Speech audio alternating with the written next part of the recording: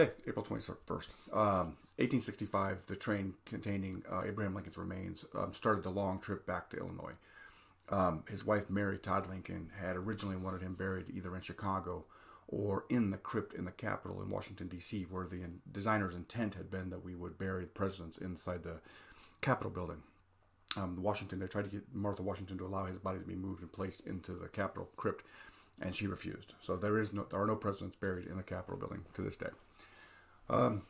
Robert Todd Lincoln finally convinced her to allow them to move the body back to Springfield, and he would bring Willie's body as well, because Willie had died and was buried in Washington, D.C. So they moved both bodies back. So the train contained both Willie and Abraham Lincoln's bodies. Went through 7 states, stopped in 16 cities, 444 different communities, and people would just line the tracks along the way. It was the first time a president's death had been commemorated with a cross-country train ride. So, now, interestingly, it wasn't until 1874 that his final resting place was ready. So his final resting place was ready. They moved him in there.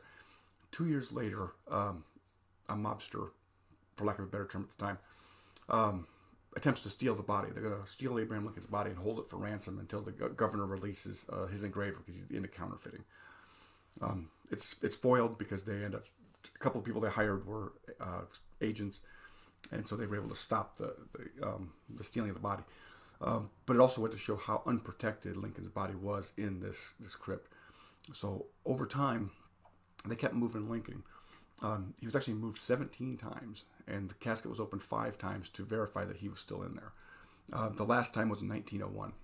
Robert Todd Lincoln had the current resting place built, and he's buried in a steel cage under concrete way down. And so in 1901, Robert Todd Lincoln had the casket open one more time, and he looked in, and he could tell it was his father. He'd been embalmed so many times that they knew it was Abraham Lincoln. And actually, the last person that lived, the longest lived person that actually got to see Lincoln's body, was 14 years old at the time, and died in 1963, and was interviewed late in his life about the experience. So that's what I have for you today. The funeral train with Abraham Lincoln's body starts its long trip back to Illinois. I will see you tomorrow.